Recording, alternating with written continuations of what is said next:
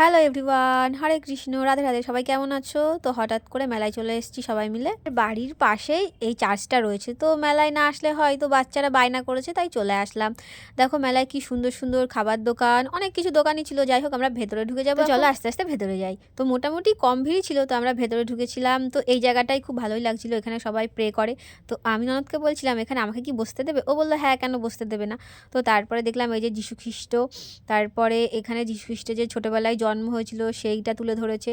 তো বেশ ভালোই লাগলো। আর ওই যে ক্রিসমাস ট্রি, তারপরে দেখে বাইরে বেরিয়ে দেখি ওরে বাবা ভীষণ ভিড় হয়ে গেছে। তারপরে এই যে ভাইরাল ট্রেন্ডিং কি বলে এটার নাম আমি জানি না, তো এটা কেনার জন্য আমার মেয়ে তো প্রচণ্ড বায়না ধরেছিল। তারপরে চলে আসলাম এই দোকানটায়, বেশ ভালো কালেকশন ছিল।